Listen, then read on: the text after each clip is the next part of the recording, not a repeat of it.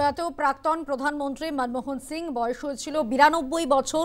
দিল্লির এমসে শ্বাসকষ্টজনিত সমস্যায় তিনি ভর্তি হয়েছিলেন। এরপরেই প্রয়াত হন প্রাক্তন প্রধানমন্ত্রী মনমোহন সিং। হাসপাতালে পৌঁছন কংগ্রেস সাংসদ প্রিয়াঙ্কা গান্ধী, কেন্দ্রীয় স্বাস্থ্যমন্ত্রী জেপি নাড্ডাও। প্রাক্তন প্রধানমন্ত্রীর প্রয়াণের খবর পেয়ে এক্স হ্যান্ডেলে শোক প্রকাশ করেন প্রধানমন্ত্রী নরেন্দ্র মোদী। শোক প্রকাশ করেছেন বাংলার মুখ্যমন্ত্রী মমতা বন্দ্যোপাধ্যায়, কংগ্রেস সাংসদ প্রিয়াঙ্কা বদ্রা গান্ধী, সাংসদ অভিষেক বন্দ্যোপাধ্যায় সহ সমাজের বিভিন্ন মহলের বিশিষ্টরা।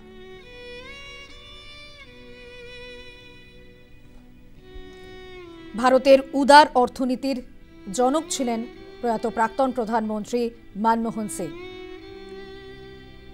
প্রয়াত প্রাক্তন প্রধানমন্ত্রীর সম্পর্কে ভাগ্নে এবং ভাগ্নিরা কি বলছেন তার প্রয়াণে শোনাবো আপনাদের।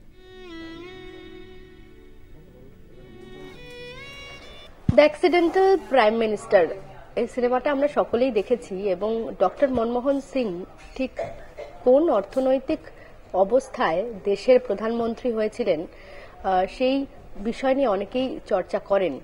এই মুহূর্তে আমরা রয়েছি টালিগঞ্জে ডক্টর মনমোহন সিং এর অত্যন্ত নিকট এক আত্মীয়ের বাড়িতে এবং এই বাড়িতেও মনমোহন সিং এর তিনি এসেছিলেন, তার বেশ কিছু স্মৃতি রয়েছে। আমরা একটু জেনে নেওয়ার চেষ্টা করব যে প্রধানমন্ত্রী হওয়ার পাশাপাশি ডক্টর মনমোহন সিং মানুষ হিসেবে আদতে কেমন ছিলেন।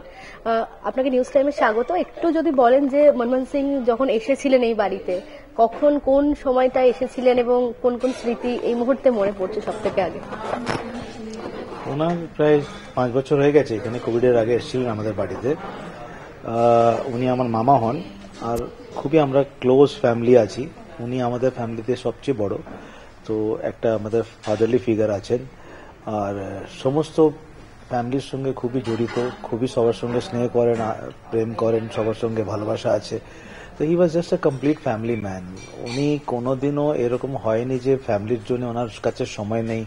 ডিসপাইট বিং প্রাইম মিনিস্টার, যখন প্রাইম মিনিস্টার ছিলেন তখনও ওনার সময় বার করতেন।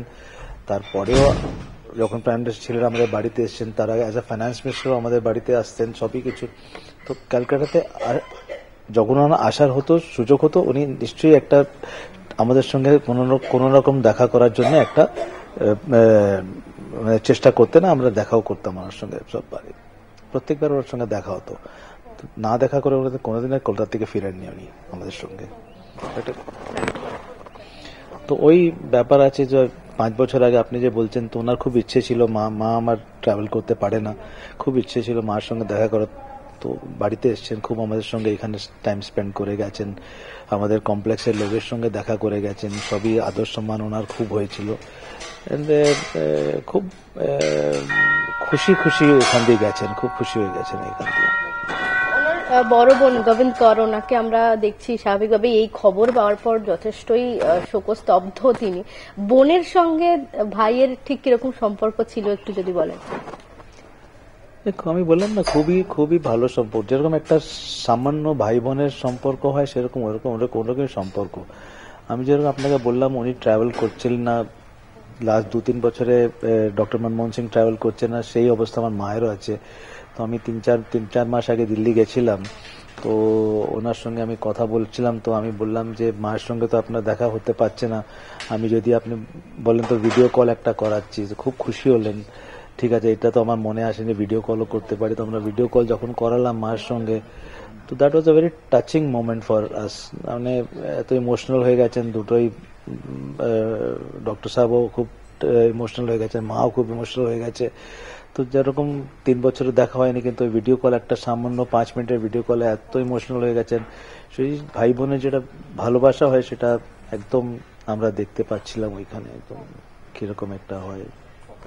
ডক্টর মনমোহন সিং তিনি দেশের প্রধানমন্ত্রী হিসেবে তার বেশ কিছু ডিসিশন, যেগুলো আমরা জানি যে সেগুলো নিয়ে অনেকেই বলেন যে যথেষ্ট সময়োপযোগী ডিসিশন ছিল, এবং অর্থমন্ত্রী হিসেবে, ফিনান্স মিনিস্টার হিসেবে আপনারা যেটা দেখেছেন, কিভাবে ব্যাখ্যা করবেন তার যে কয়েকদিন তিনি দায়িত্ব সামলেছেন?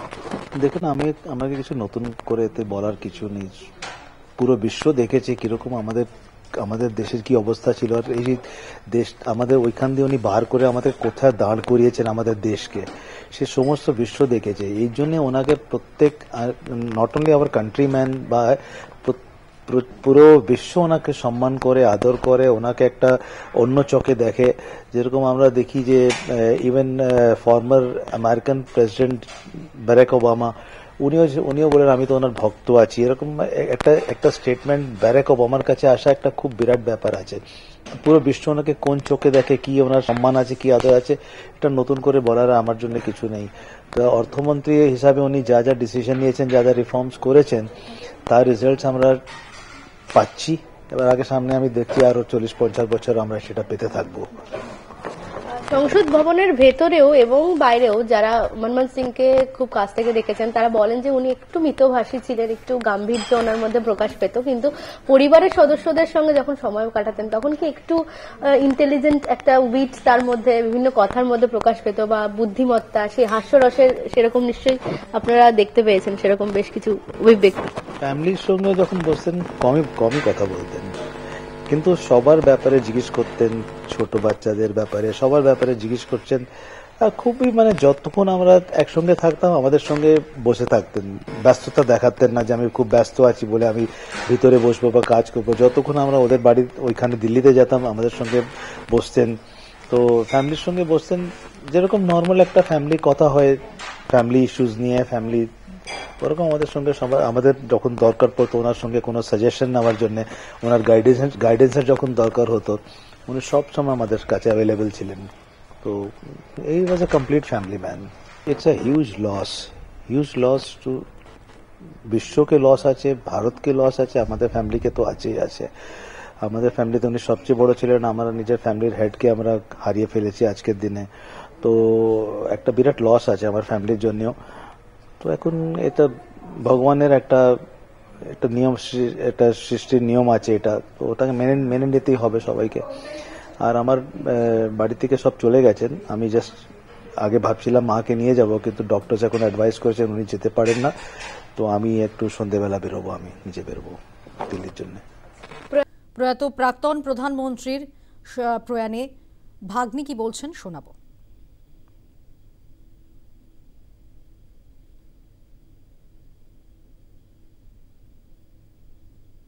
প্রয়াত ডক্টর মনমোহন সিং এর সঙ্গে যোগাযোগ ছিল এই বাংলারও। ডক্টর মনমোহন সিং এর বড় বোন এই শহরেরই বাসিন্দা। টালিগঞ্জে আমরা রয়েছি তার বড় বোনের বাড়িতে, এবং তার এক নিকট আত্মীয়কে এই মুহূর্তে পেয়ে গিয়েছি। অবশ্যই স্মৃতিচারণায় এই মুহূর্তে কোন কথাগুলো মাথায় আসছে একটু জানার চেষ্টা করব। নিউজ টাইমে আপনাকে স্বাগত। একটু যদি আপনার নাম এবং মনমোহন সিংজির সঙ্গে আপনার কি পরিচয় একটু যদি বলেন প্রথমে।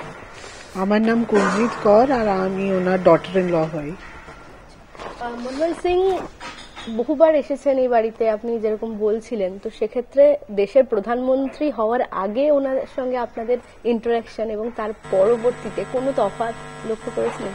না, উনি যেরকম আগে ছিল ওরকমই এত বড় পজিশনে হয়েছেন, কিন্তু ওরকমই ফ্যামিলি ম্যান ছিলেন।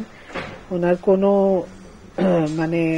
কি বলবো, আলাদা করে কিছু, হ্যাঁ ওরকম কিছু ছিল না। Very humble and very down to earth person, caring and খুব ইমোশনাল পার্সন ছিলেন।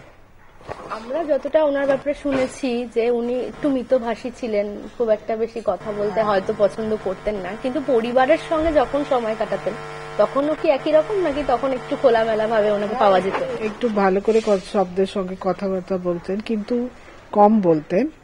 আর এমনি ওনাকে ভালো লাগতো শব্দের সঙ্গে মাঝখানে বসে কথাবার্তা শুনতো, শব্দের জিজ্ঞেস করতো বাচ্চারা কি পড়াশোনা করে, এইসব উনি খুব ধ্যান দিয়ে শুনতো। ডক্টর মনমোহন সিং এই বাড়িতে কতবার এসেছেন? উনি একবারই এসেছেন। আমরা আগে মার্লিনে থাকতাম, ওইখানে দুবার এসেছিলেন। এটা কি প্রধানমন্ত্রী হওয়ার পরে এসেছিলেন এই বাড়িতে? একবার প্রধানমন্ত্রী হওয়ার আগে এসেছিলেন, ওরপর প্রধানমন্ত্রী পরে হয়ে আমার যখন শ্বশুর মারা গেছে তখন এসেছিলেন। যখন পরিবারের সদস্যদের সঙ্গে থাকতেন তখন ওনার বিহেভিয়ার, বা আমরা যেটা অনেক সময় শুনেছি যে ওনার কথার মধ্যেও একটা হাস্যরস, একটা উইট, ইন্টেলিজেন্ট একটা উইট প্রকাশ পেত। তো সেইটা বোধহয় আপনারাও বুঝতে পারতেন যে উনি হয়তো কম কথার মধ্যে দিয়ে অনেক কিছু বুঝিয়ে দিতে পারতেন। Exactly. He was a man of few words, but very intellectual and very witty person. আমরা সংবাদ মাধ্যম থেকে খবর পাচ্ছি এমসে ভর্তি করা হয়েছিল, আপনারা কখন অসুস্থতার খবর পেলেন? না, এইমস তো কালকে রাত্রেবেলায় ভর্তি হয়েছেন, কেননা ঘরের মধ্যে আনকনসিয়াস হয়ে গেছিলেন। ওই এজ ফ্যাক্টর তো ছিল। আমরা ফেব্রুয়ারিতে যখন গেছি ওনাকে দেখতে, এই 2024, তখনও হুইল চেয়ারে ছিল, কিন্তু এমনি কথাবার্তা ঠিকই বলছিলেন, খুব উইক হয়ে গেছিল। That because of age factor maybe. বোনের সাথে কি যোগাযোগ ছিল, কথা হতো সেবা? উনি বোনের সাথে ফোনেও কথা হতো, এমনিও ওনারও এজ হয়ে গেছে, উনি তো যেতে পারেন না, কিন্তু ফোনে কথা হয় ওনার, রেগুলারলি কথা হয়। আর ওনার ওয়াইফের সঙ্গেও, গুরশরণ কর যে আছে ওনার সঙ্গেও কথাবার্তা 2 দিন ছাড়াই হয় ফোনে কথা।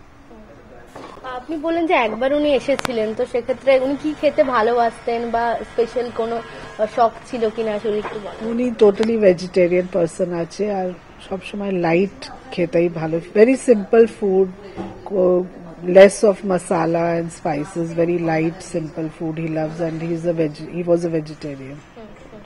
আমরা দেখেছি যে এরকম বড় মাপের মানুষেরা যখন এরকম একটা উঁচু জায়গায় পৌঁছে যান, দেশের প্রধানমন্ত্রীর দায়িত্ব সামলানো, একেবারেই ভীষণ ব্যস্ততার মধ্যে থাকতেন, কিন্তু বিভিন্ন জায়গায় যেটা শোনা যায় যে উনি পরিবারকেও একই রকম ভাবে সময় দিতেন, ফ্যামিলিকেও টেক কেয়ার করতেন।